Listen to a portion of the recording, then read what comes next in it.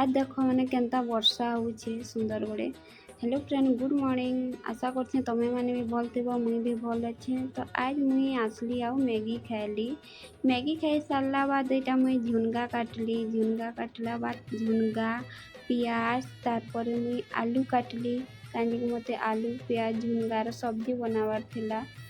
सब्जी कले एंता लटपटिया सब्जी बनावार थिला। तो यहाँ काटली ही चाकूती काटबार अभ्यास नहीं न तो इन रहा जन चाकूटी काटवा लगे पड़े। तो धीरे धीरे काटिक लागसी।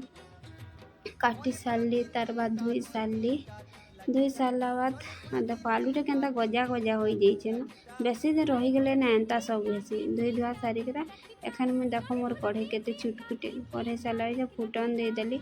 मिर्चा नहीं खाइबार कहीं मोर मुहे घा होइछे तो हाथी मिर्चा नहीं खाइबार। तारपरे देली इटा हल्दी नमक मिर्चा गुण टिके खाली देली। तार बाद घाटली तारपरे देखो फाइनल लुक हो गला मोर भजिया रेडी।